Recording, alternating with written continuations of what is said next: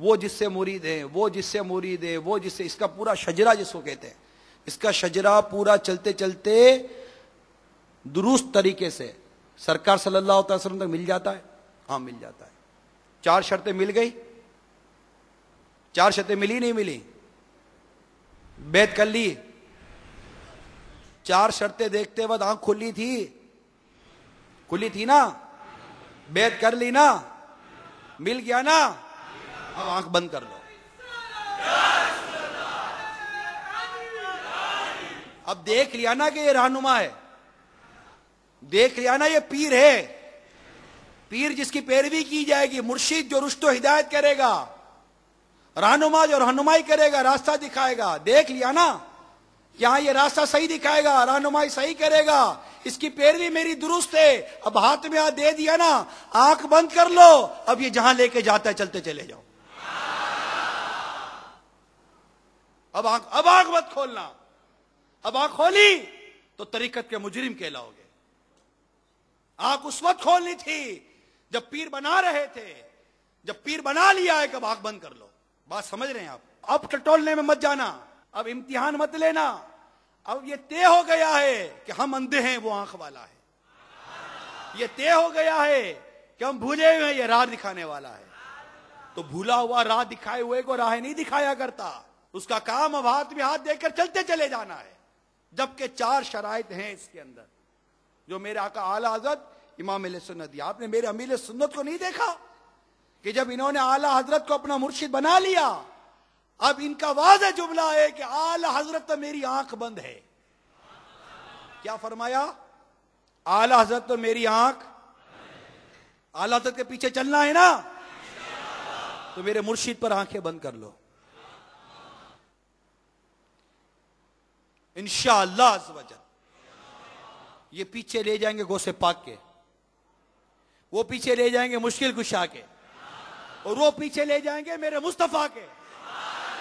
اور پھر خلد میں ہوگا ہمارا داخلہ اس شان سے، یا رسول اللہ کا نعرہ لگاتے جائیں گے. یا رسول اللہ کا نعرہ لگاتے جائیں گے.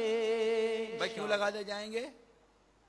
کیونکہ یا رسول اللہ کے نعرے سے ہم کو پیار ہے. یا رسول اللہ کے نعرے سے ہم کو پیار ہے.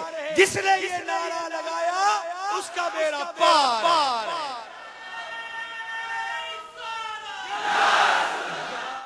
بیعت کرنی چاہیے، ٹھیک ہے؟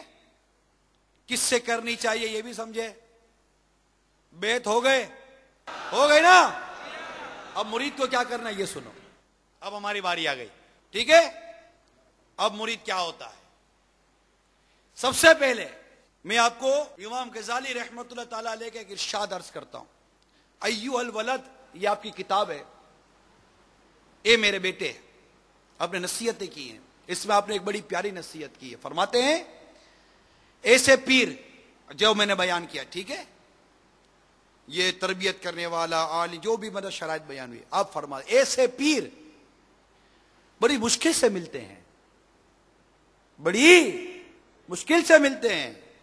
اگر یہ دولت کسی کو حاصل ہو جائے اور ایسا کامل مرشد مل جائے اور وہ اسے اپنے مریدوں میں داخل بھی کر لے، تو اس مرید پر لازم ہے کہ وہ اپنے مرشد کا ظاہر و باطنی ادب بجا لائے. یہ فرمایا امام غزالی رحمۃ اللہ تعالی علیہ. مرید کیا ہوتا ہے یہ سنی حضرت سیدنا ابو قاسم گرگانی رحمۃ اللہ تعالی علیہ سے. یہ وہ بزرگ گزرے ہیں کہ جن اور انسان ان کے مرید تھے. انسان بھی مرید تھے، جنات بھی مرید تھے. فرماتے ہیں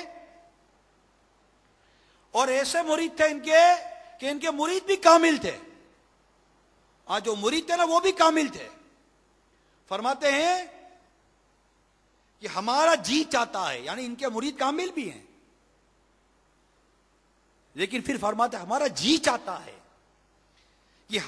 کہ دنیا میں ہمارا کوئی ایسا مرید ہو کہ ہم اس کی کھال اتار کر اس میں بھوس وغیرہ بھر کر دھوپ پہ لٹکا دے تاکہ دنیا والوں کو یہ معلوم ہو جائے کہ مریدی کس شے کا نام ہے.